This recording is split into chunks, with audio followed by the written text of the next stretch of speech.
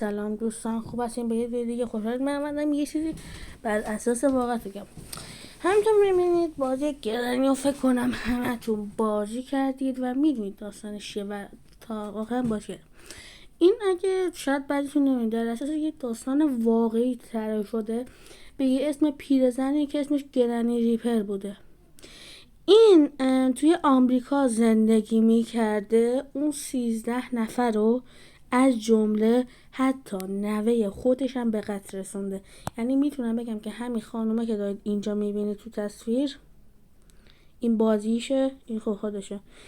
این 13 نفر رو به قتل رسونده، حتی نوه خودشو، و میگن که گوشته بعضی هاشون هم خورده.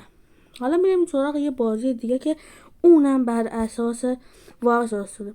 بازی مستر میت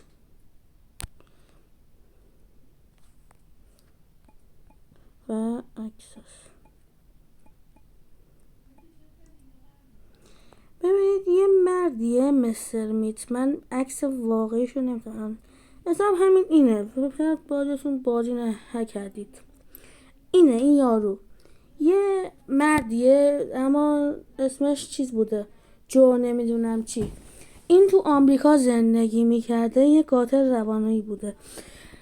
دخترای خیابونی رو میگن جمع میکرده، میورده خونش به قتل میرسونده. گوششونه اسمش جو متینی بوده. آره جو متینی. جو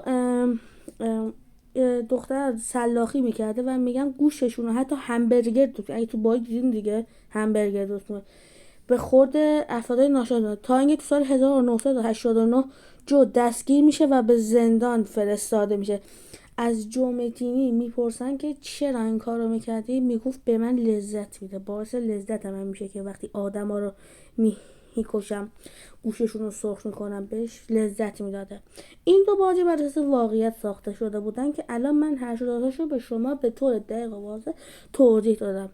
راستی به چنل من یه سر بزن و چیزای خیلی جالبی گذاشتم.